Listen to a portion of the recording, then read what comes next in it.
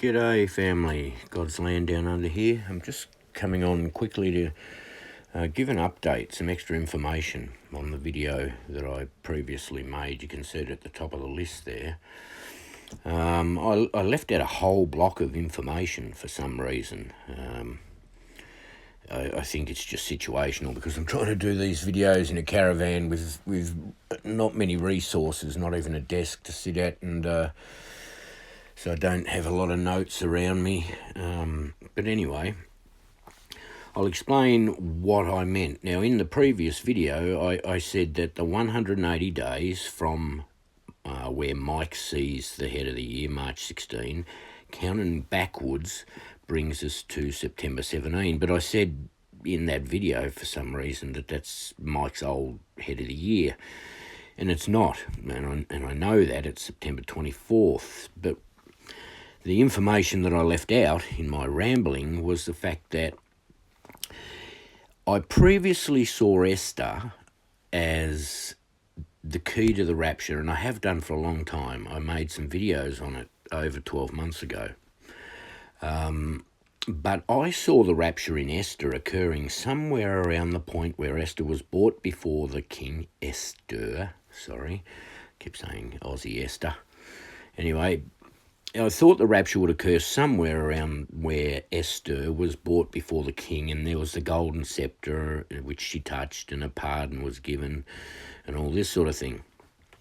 But more and more, as I read Esther over and over, I come to the conclusion that most of the book of Esther is actually about the tribulation.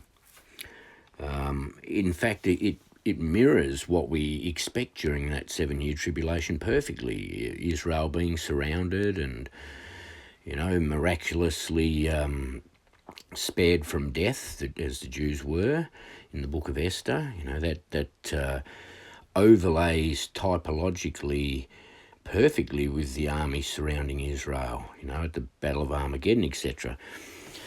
So upon reading more of Esther, I sort of came to the conclusion that we are possibly looking at the rapture right at the beginning.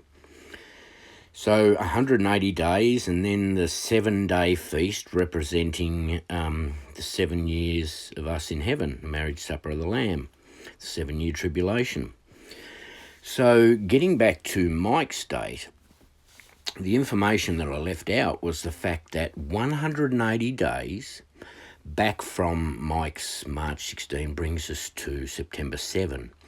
That is 7 days, this is what I left out, prior to Mike's date, being the old head of the year of September 24. That could represent those 7 days that Noah sat at the ark door. Something else I find very interesting is that 1,260 days divided by those 180 days that we've just mentioned from Esther, the ceremony, the 180 days of, pomp and ceremony and so on prior to the 7-day feast. When you divide 1,260 by 180, you get 7. We're back to that perfect 7 again. Now, the reason I see that 7-day feast as having perfect typology for the marriage supper of the Lamb is because it includes everybody, and it specifically mentions that they were to be served according to their customs.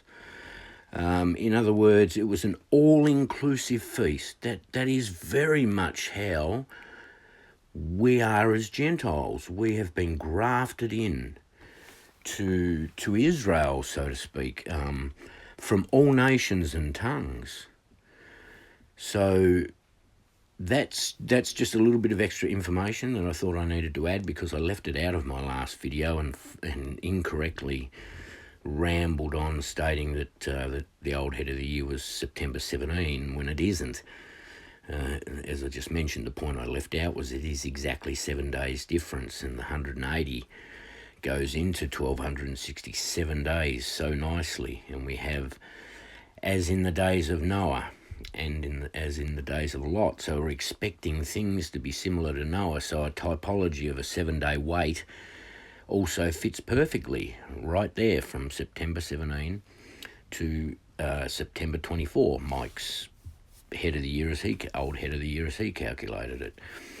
So my previous video was more to confirm March 16, but I incorrectly mentioned September 17, 2024 as having been the previous old head of the year, and left out the information that I've just given you now.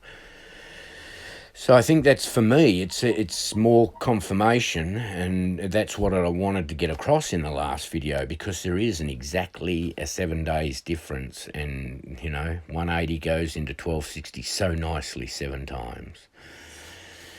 So God bless, guys. I think we're nearly there.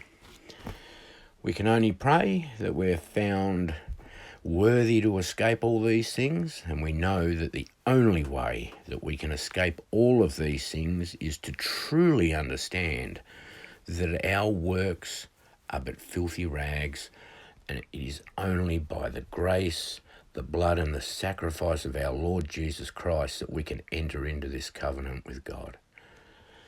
God bless, guys. Stay encouraged.